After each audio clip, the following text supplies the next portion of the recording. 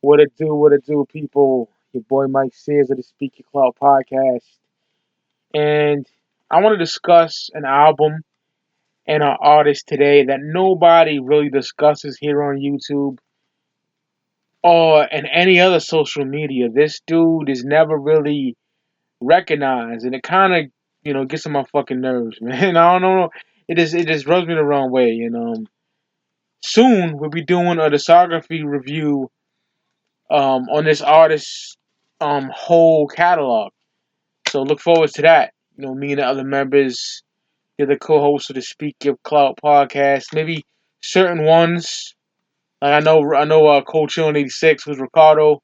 He'll be on board. Triburo will be on board. I don't know if Steven, Mobile 81, if he'll be on board, but or Reg, Ross Harley. I don't think they're familiar with this cat. But I'm gonna be talking about a trendsetter, in my opinion, a motherfucking um, just a all around great artist, in my personal opinion, uh, and a pioneer at that too. I'm talking about Harlem, New York's own Jim Jones, capo status, New York City's Rider Man. If you don't know who Jim Jones is, you're probably living under a rock. A lot of people that just dismiss Jimmy is the type of niggas that be like, ballin', I don't like that song, he's ballin'. We fly high, that's all they do. And they mock him for that, which is a banger in my opinion. I love We Fly High off the 2006 great masterpiece of an album, in my personal opinion, Hustler's Palm. Love that album. But yeah, they just mock him for that. They don't know shit about him. Or they just bring up how I think it was in 1997, 98. I think 1998, on Cameron's Confession of Fire era. That era, there was a fight at Rucker Park with him and Junior Mafia, and Jim Jones jumped the fence. Well, there's like 20 niggas trying to beat your ass. How is he pussy? How is that? How is he less of a man? I don't get that. I don't get that. But these are niggas that never been into a fight in their life, and they're commenting stupid shit like that. But that's neither here or there. I want to talk about this artist and this particular album. I want to talk about his second album, released on August 23rd, 2005, Harlem, Diary of a Summer. Man, this is the 13th year anniversary of this record. I gotta talk about this shit, yo. I really do, because this is a big part of my life. In the early mid 2000s, Jim Jones was everything to me. Yes, he is my favorite member of the Diplomats. Is he the most lyrical in Dipset? No. That would go to Joel Santana, Hal Rell, J.R. Ryder, 40 Cal, even Cameron. Uh, that'll go to them niggas, you know what I mean? But Jimmy is dope. Like, Jimmy's steez and aura and shit talking was something of legend in New York City at this particular time. During the promotion of his On My Way to Church album, which turns 14 tomorrow, um, Mace had a welcome back in '04, and he was talking about the Cameron situation. Cam called in, called him a liar and all that, and Jim Jones called in as well. Said, I'll put dentures in your mouth, boy. Was that you, Betha? That famous shit. Everyone knows about that. The real heads, you know what I mean? And Mace was fucking shook. He's like, pray for Jimmy. That was an iconic moment in Dipset history. Everyone knows about that. But yeah, man. How did I get into Jim Jones? I do this on all the artists. Obviously, I heard him on Confessions of Fire. I heard him on SDE. That's how I got into him. But I really didn't start liking him and knowing of him until like Diplomats Volume 1 and the Come Home With Me record. You know what I mean? And then seeing him on the Smack DVDs. And all the Dipset Volume 1, 2, 3, 4, 5, those mixtapes, and seeing him on the Smack DVDs. It's a Smack DVD where he just talking shit. He's like, I could go in the store with my boxes, nigga, and come up with a whole fresh new outfits. I'm just talking that shit. Like, Jimmy was the dude. Like, no one talks shit and had the aura and steez of Jim Jones in the early 2000s, early to mid 2000s. You know what I mean? But that's how I got into Jim Jones. And then his debut album, comes out in August of 2004. On my way to church, the same day as Young Bucks, straight out of Cashville. I'm pretty sure the same day.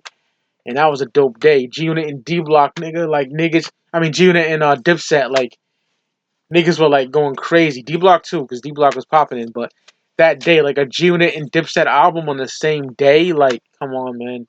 That was like heaven for a nigga like me. I was die hard fan. And I remember, I want to review On My Way to Church too, man. Not tomorrow, though. I got to revisit that album. But I know Harlem Diary Song by heart. And I listened to this a few weeks ago, too. So it's basically still fresh in my mind. So that's how I'm reviewing it. And it's on the anniversary of this album. So let's get right to it, shall we? I remember getting this with my nigga Ray. He's locked up right now. We drove to Swansea Mall and picked this up. He picked up a copy. I picked up a copy and a couple other things, I believe, and went in the whip and started jamming this shit, man. I remember that shit like it was yesterday, man. Very excited. '05 was a solid year for hip hop too. But yeah, man, just amazing, amazing shit. This is one of them dual disc. The dual disc that was popular in the early to mid 2000s, man. Like the mid 2000s more so. The other side was a DVD. It was an amazing DVD. Let's get to the album. The album starts off with My Diary, featuring Denis Weeks. Jimmy just talking about Harlem, about Rich Porter, about hustling, shit like that. Nice soulful hook from Denis Weeks. This track is produced by Antoine Thompson for Platinum Boy Music Inc. Dope track. I love that. Good opener. In the Life of Harlem and shit like that. Very fucking dope. Love that song. Then we got Zeke Interlude. Freaky Zeke just talking shit. He's like, don't cop me the Phantom. I want something more grimy. You know what I mean? Like telling Jimmy what kind of whip to cop him or whatever. You know, Zeke's talking shit. I love Freaky Zeke, man. Funny ass nigga. And then we get to one of the highlights of the album. Probably my favorite song on the whole album. Well, I don't know about that. It's a toss up between this and something else. G's Up featuring Max B. That shit is incredible. Max B's introduction to the world. Pretty sure the City of God mixtape came out before this. And the City of God mixtape was very, very important to, this album. Because it was like just hyping Max B up. Max B's all over that mixtape. He's all over that shit. Dope ass mixtape. Love City of God. Taking after the Brazilian movie City of God. And that's very dope. Max is all over that motherfucker. He's all over that. That shit's dope. Um, but this shit, man, like produced by Pete Rock, the legendary Pete Rock, man. I fucking love it. The chorus is fucking dope. Max B on the chorus. Max B kills this shit. Max B's one of my favorite rappers of all time. Yes, you heard it here first. I want to do an episode on Max B. I don't know if the fellas are down. I'm pretty sure Tribird would be down. But man, oh man, do I love that song. And Max kills it. Jimmy kills it.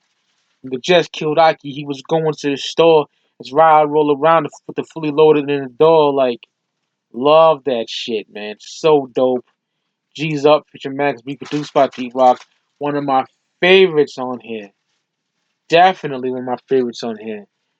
Then we get the Jimmy, you know, um, produced by Troublemakers. Very dope. Love the chorus and a little squeaky voice chorus that Dipset was known for back in the 2000s.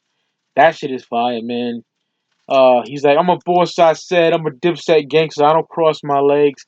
That's a shot at Jay-Z, because Jay said that on some track. He's like, what did Jay say? Talking about crossing his legs. But Jim said, I'm a Dipset gangster. I don't cross my legs. Fire. Love how he did that. Dope track. Banger. A lot of bass on that track. Just thumping. Love that track, Jimmy.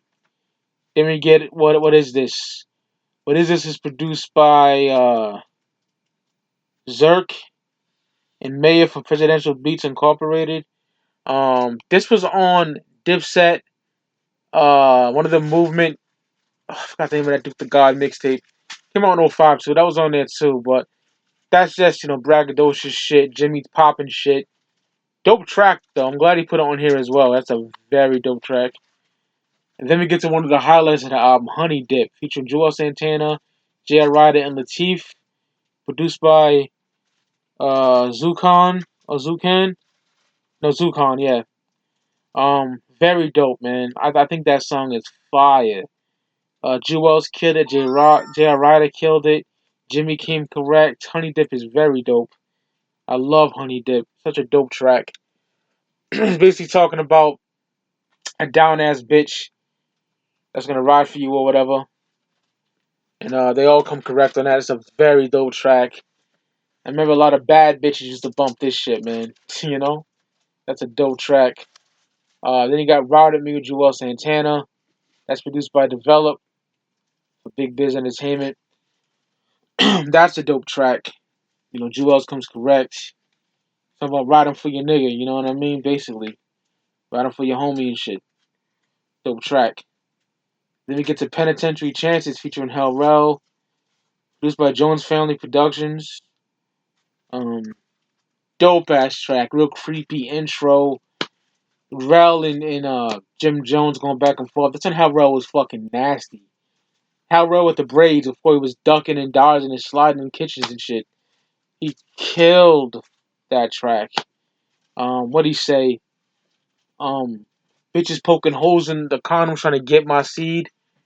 What he said? There's two things I never seen: a UFO and a bitch I need. That shit was crazy. He killed that shit. Love that song. Real grimy shit. Love that. Then we got We Just Ballin' featuring TK. I'll be honest, this is the only track I don't like on Harlem Diary of Summer. That TK bitch is not that good. I just don't like that. It's a kind of a throwaway track. Don't really care for it, to be honest, at all. I don't care for that track.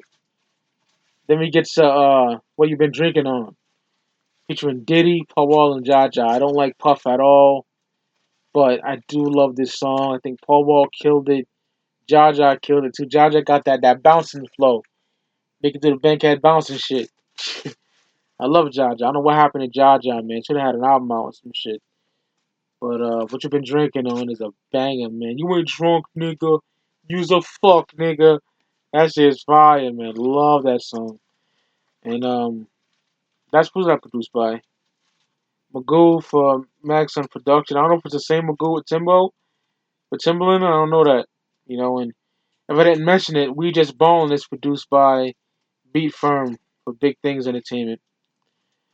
Then we get this what I was talking about. This or G's Up, my first song on the whole album, man. This shit is fire. Harlem, produced by Shice Bub. Shice Bub produced Harlem. That's crazy. Shice Bub produced Harlem? Yo, I didn't even know that. That Harlem track is fire. That's 7. Lennox. And what about the east side? That shit is fire. It's talking about Harlem, what they do everyday life in Harlem. We sit on crates like they lazy boys. Like Jimmy was that nigga, man. One Eye Willie, man. Love that shit. Probably my favorite track on the album. Like fighting it out with G's Up. Love that shit. Then we get Confront Your Babe, featuring Max being Cardan. Cardan used to roll with Mason shit. That's produced by Tuneheads Productions. Very dope track. Max being the chorus, that's just like water, man. It's just like water, man. That shit is fire. I love Confront Your Babe. That's a dope ass song. Cardan kills it. Max kills it. Jimmy kills it. Love that. Then we got Summer with Miami. One of the standout tracks on this album, featuring Trey Songz. That's produced by Knoxville for Jones Family Production. Um, Love that song. Summer of Miami was like Jimmy was referring to Summer as a bitch, like it's his girl and shit like that. Cause Jay-Z had Dear Summer, and Jay-Z was saying Summer was his, but Jimmy was like, "No, Summer's mine. That's my bitch." And he was like referring to Summer as a woman, and Jimmy hated Jay-Z at the time, but now they're cool because he's on Rock Nation and stuff. But very dope track. I love Summer with Miami. Fucking legendary track. Really, really, probably my third favorite song on the album. I fucking love Summer with Miami, man. Dope single, amazing song. Really dope song. The amount of memories that Summer with Miami brings is just incredible. I love this song so much. Such a dope track, yo. Then we got I'm in Love with a Thug featuring 40 Cal and Denise Weeks. That shit's dope. I don't think 40 Cal's even on there. I think that's a print mess up, man. She's on another track, man. But it's Denise Weeks, and talking about how she fell in love with a nigga that like has cornrows and baggy jeans and shit like that. You know, she likes a rough type of nigga. And Jimmy's talking about how, you might get in an argument with your bitch, but she's still your bitch, ride or die type shit. I like that song, it's dope. Then we got Tupac Joint, which is one of my favorites in here too, featuring Fatal Hussein and 40 Cal. That was a mess up. It says the next weeks in 40 Cal. That's like one of the fuck ups, man. It's 40 Cal's on this track with Hussein Fatal, Tupac Joint. Um, banging. That's like the Homies and the Thugs joint off the Scarface, My Homies album. That the same fucking beat, damn near sampled from that, and produced by Jones Family Productions. Fire shit, I love that. One of the standouts on there. Then we got the closer, which was a big single, the biggest single off here probably, along with Summer with Miami, and that's Baby Girl featuring Max B, produced by Zucon. Um, Fire shit, man. Just asking a bitch if she want to roll with the Dipset, if she want to get her lips wet. Could be sucking dick, bitch. You know what I mean? Max B on the chorus, killing that shit. That shit was like played out every whip in the summer, man. Like the real niggas knew about that, and that's a fire track. I love Baby Girl featuring Max B, and that's Jim Jones' album Harlem, Diary of a Summer, released in 2005. Absolute amazing album, a masterpiece. I would grade this a strong 4 out of 5 mics. Definitely. What's not giving it the 5 is We Just Ballin'. You know what I mean? Don't like that, but it's still 4 out of 5. Very close, almost a 5 mic. Fucking love this album. I'm a big Jim Jones fan. I don't give a fuck if niggas hate or not. Love Jim Jones. I will see you niggas on the flip side. Have a good one. Peace, y'all.